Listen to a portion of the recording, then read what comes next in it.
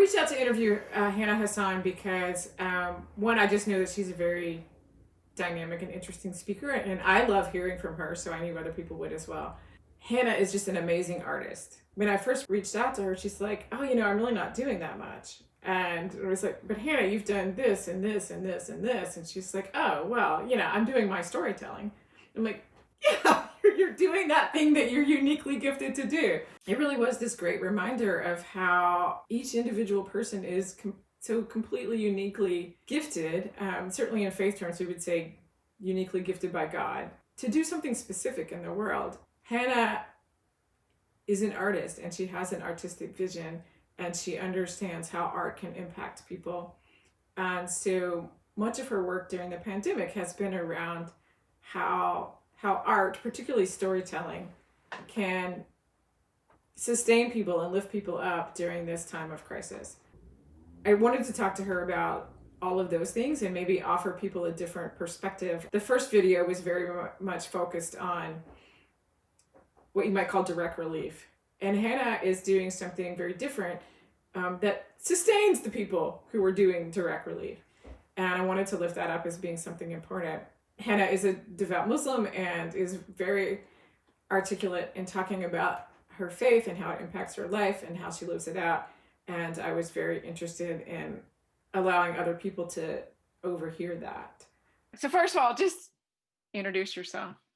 My name is Hannah Hassan. So I live in Charlotte and I'm a part of the Muslim community. The mosque that I attend is Masjid al-Shahid. And since COVID, everything attached to that has been virtual. What kind of work have you personally been doing around COVID? Another part of my identity is, that I am a working artist, creative in the Charlotte-Mecklenburg area. So I have continued to do creative work, but through the sort of lens of healing and fight for justice and all those things through the arts, through performance. I've continued to do that, but I've done it mostly virtually at this point. What kind of things are you hearing from people? What do they need? I think people largely need community. They need people to talk to. They need to feel like they're a part of something. We're in the midst of COVID and all of these other things that are happening around justice and around voting and things of that nature. And what I see the most, what I've gotten the most, especially with some of the personal narrative classes and workshops and things like that I've done, people are they're feeling not only lonely but alone. As you think about that work and what you do in the world, how do you think of that as a person of faith and specifically as a Muslim? Like, how do you think about your work in that frame? Yeah, I mean, everything that I do is sort of ran through my Muslim filter. Like, is this aligned with what I believe? Mm-hmm. Because a lot of the work that I do, some of the art that I create is centered around challenging systems and holding people accountable for the way that they interact within those systems. But mercy is such a huge part of my faith tradition. And so, even in the moments where I'm feeling really frustrated and antsy and angry or whatever, the biggest way I think that who I am as a Muslim shows up is sort of that filter and that reminder of the way that I'm supposed to meet people and meet myself. So I think that mercy part is such a huge part, and that's so deeply um, wrapped in the Islamic experience. Say a little bit more about what it means to meet yourself with mercy right now. I have so many different moments of like, am I doing enough? I'm not physically mostly at all around people anymore. So I miss existing in community and in space with people. So it feels like even if I put an empowering poem out there or I host a storytelling class where, folks say they really needed that in the moment, it's easy to forget with the distance that what I'm doing is purposeful because I want to feel like I'm making a difference in the world. And now I have to figure out those unique ways to do that. And so I have to remind myself that, like, I did what I was supposed to do. I believe that I'm doing the work that God has called me to do. So if I do that, then I have to be okay with not without hearing the applause, you know? Mm. I have to, and I mean, for me, that's a way of showing myself mercy, to know that I'm doing the things I'm supposed to be doing. And as a Muslim, how do you understand God's role in that? Like, you're doing what you can. What do you think God's doing? I think that God is the ultimate provider. So coronavirus happened, the world shut down. Maybe I don't remember what day of the week it was that the shutdown orders first came. I just remember by that Friday, everything that I had booked for the whole year was canceled. And I remember standing in my kitchen thinking, like, what am I going to do? Mm-hmm. Um, since then, I've not missed any work. Like, I've had to literally start over with new projects, but they keep coming. So when I say that God is the ultimate provider, I believe that there is a mission that has been written over my life, over all of our lives. And that if I submit to that mission, that he'll provide me with the things that I need to keep walking in that mission. And for me, that mission is in connecting peoples, in the shared art of the stories, of the poems, and all of that other stuff. So as long as he provides the opportunity and I feel like it's the right one, when I submit to it and do it, everything works out for good. It Mm. sounds cliche, but it's just, I believe that. I think it's so interesting. Like the first word that came to your mind when I asked you about how Islam informs your life is mercy. Hmm. And I think that in sort of the general public, right, that would not be the first word that comes to mind when people think about Muslims and Hmm. Islam. So can you talk a little bit about that? Because like, I mean, I know that the prayer starts God the merciful, right? Yeah. But I don't think that's sort of the general perception. So can you talk a little bit more about mercy in Islam? I mean, you hear Muslims say all the time Islam is a religion of peace, right? Mm-hmm. And I don't believe that you can have peace without mercy. And the verb, the action of faith for us is part of that is in the fact that we pray 5 times a day, right? And in that prayer, so many multiple times, like we're reminded of God's like graciousness and his mercy on us. Mm. And I don't know how you can center yourself in prayer and think about the mercy of God and not want to implement that in your life, you know? For me, part of what keeps me on what I feel like is a path that is straight, of reminding me of my responsibility to myself and my family and my community, is wrapped in those 5 daily prayers. Because I got between like one prayer to the next to do something that's right and righteous. Because of the way that I think the actual physical practice of our faith is set up, we're constantly being reminded of things like mercy and forgiveness and justice and all of those things. It kind of sets you up to be in that perpetual mindset of that. It's interesting that that's not the narrative that a lot of the outside community gets, but it's truly my experience. I feel that way about Christianity a lot of times, like that what I experience and what the world sees Hmm. are really different. Two totally different things. So kind of going on a little bit more about your faith and how it informs your life. Like how do you feel like it has prepared you for and sustained you in this really difficult season? I think that, I was having this conversation the other day with a friend of mine who's Christian, and we're talking about, like, especially in Islamic tradition, most of the time when our messages came, when our prophets received revelation, it was during a time of silence. Like the times when you've been put out the game.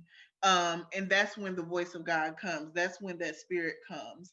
And I'm by no means a prophet, but that has been my experience, that during this time of silence, of being put literally, like I was prior to COVID, like running around like a crazy person, traveling performing here and doing this workshop or whatever. And that part of the job, the fact that people asked me to come and do it in other cities and other states, gave me validation, personal validation, made me feel like someone sees that I'm important outside of Charlotte, so then I must matter. And when that rug is ripped from under you, um, there's those moments to remember what really matters. And it's again that physical act of the reminder always of faith, of but God is greater. But you know what I mean? Like those things that we say throughout the day when we pray and before we go to bed, like they remind me that like this moment is small, it's large, and that there are the things that we need to study and understand so that we can grow from this, but God is greater. And I say that throughout the day when I pray. And it's funny because I know a lot of Muslims who I would say are way more religious than me and know more and can quote Quran and things of that nature and in Arabic and all those other things that I can't quote or whatever. But for me, I know that especially during times like these, the reminder is that Islam is my way of life. It's something that has been my way of life since I was a child. And it's what I know and understand, and it's what makes me who I am. Talk a little bit about work with the interfaith community at Hmm. large. Like, how do you think about that? I tell people all the time something that's interesting about like the work that I do, the demographic that sort of has latched on to a lot of my work and who continues to hire me and bring me back is like white Christians. Literally, there's not a time that you'll come into my room and there won't be a pretty good amount of white Christian women who are from the ages of like 40 up until like 80. It's this, and I don't know when it happened, but or even why it happened, but I'm glad that it did happen. Building with people from different faith traditions, from different backgrounds, from way different walks of life than I come from, for me is really how I was raised. Is what I saw my parents doing. It's what I believe that we're all supposed to be doing. So it's easy, like, and it's something that I really enjoy. I don't want to stand in a room full of people who look like me and think that that's what's going to change the world. I don't believe that that will. What lessons have you learned, are you learning in this pandemic? I think that I'm learning about the ways that we take care of each other as a community. And I'm learning about the things that I took for granted, especially when we're looking through the lens of just our faith traditions. Today is Friday, and this time last year, I would have been probably leaving my mosque or in the middle of like prayer services. I miss that. I miss praying in congregation. I miss all of the older sisters in the community who are like aunties to me, but also get on my nerves and all of those other things. Like I'm learning the things that I took for granted when I had them. Anything I haven't asked about that you would love to talk about? Oh, let me tell you about an experience that I had that I'm still trying to unpack. So I've heard about Tent City, where our houseless neighbors are living. And so I was on the highway with my husband, and I looked down from 277 and could see, these tents and stuff. This is during the daytime. And I thought, like, wow, like we've got to do better, like anyway. And then we just kept driving. And so the other night, I met a friend in South End and decided to drive through uptown to come home. And I turned on a road that my GPS took me on that was back behind Tryon, and it turned out to be Tent City. It was dark. And I realized when I was out there that I was afraid. And I was holding on to my steering wheel, and I tried to turn around, and I realized I couldn't turn around based on where I was, and I had to drive through it. And it just reminded me of like, and I think that I'm a very sort of like open and understanding and community and all those other things person, but it reminded me of my own shortcomings. Like I'm still working through it internally, um and trying to figure out sort of um how I need to undo those biases. and what that can look like. And maybe I need to, go volunteer or all of those things, but I also don't want to go volunteer so I can feed something in my ego like, oh, you're good now. Anyway, I mean, I don't know why I decided to share that, but it's an experience that I had that surprised me about me. And there are, there's tent city, but there's a lot of folks in our community who are without home and who are really, really struggling and need help and need not to be in those circumstances. And so I've also been thinking a lot recently about what can I do or what am I doing to help undo some of those things. But that also starts internally. Hmm. So there's internal work to be done. Always. Yeah. Yeah. When you think of yourself as a devout Muslim in interfaith spaces, like, what do you think you're doing? If that question makes sense. I often forget that I'm like the Muslim. You know what I mean? In the room, I don't. Not saying I lose my faith or anything, but I really operate as Hannah, um, and and that's it. What I know, the residual effect of that often is for a lot of people, I am the Muslim that they know, and I don't think about that when I'm in the spaces or when I'm somewhere with people who are not Muslim. But I think that if I carry myself in the way that I am supposed to carry myself, then I think that maybe it changes people's minds about what they think about Islam. But I'm never really aware of that. I'm a little bit naive to I think like how bad that the media and different folks and stuff have sort of made Islam or painted this picture or whatever. So it's not until people tell me like things like you're really different than I thought, whatever, that I realize that I am the Muslim in the room.